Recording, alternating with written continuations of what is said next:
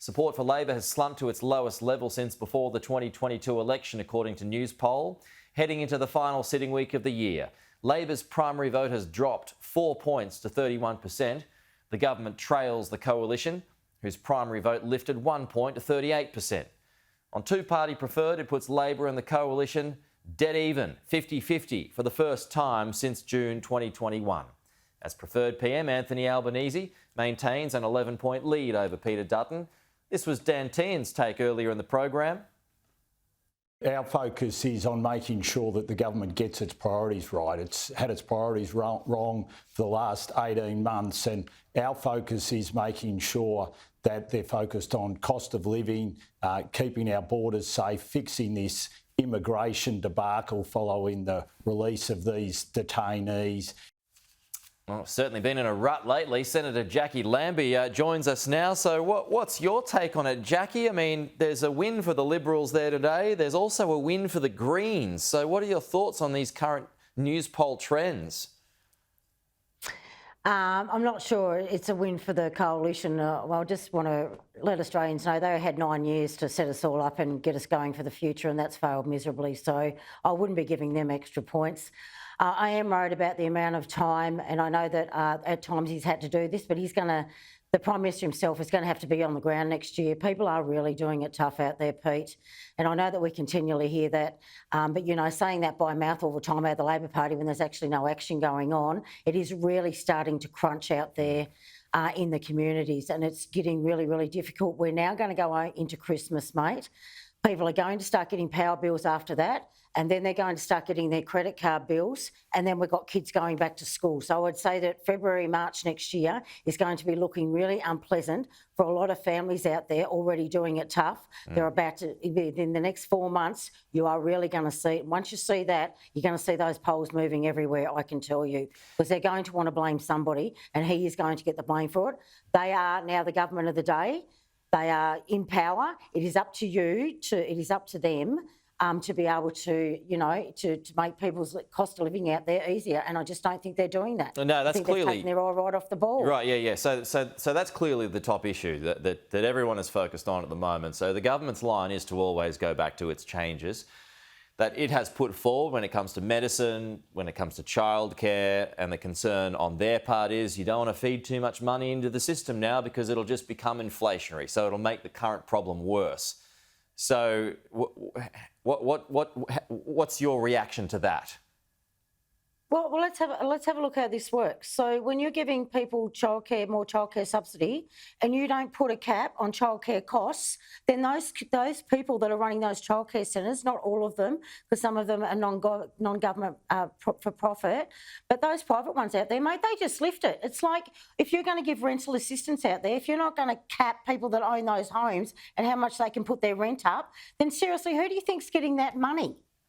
No, there's a no-win here. It's not like they go in and do these policies at half pace and go, well, that'll do, we've given the consumers some money, but you know what? The people on top, they just put their prices up, mate. That's common sense. That's how businesses work. So, you know, I think he's really going to have to make some hard decisions early into the new year, and unless he does that, then you know, then they'll be fighting it out there. You know, they're halfway through their term now, and it's nearly like since we've had The Voice, and people keep saying to me, it's like, well, where's the government gone? It lost out on The Voice, and it's like sitting in a corner, has no idea, doesn't know what to do from here on in. That's what it looks like. Okay, legislation up this week, Jacqui. It gives judges the power to strip terrorists of their dual Australian citizenship. Would you support that?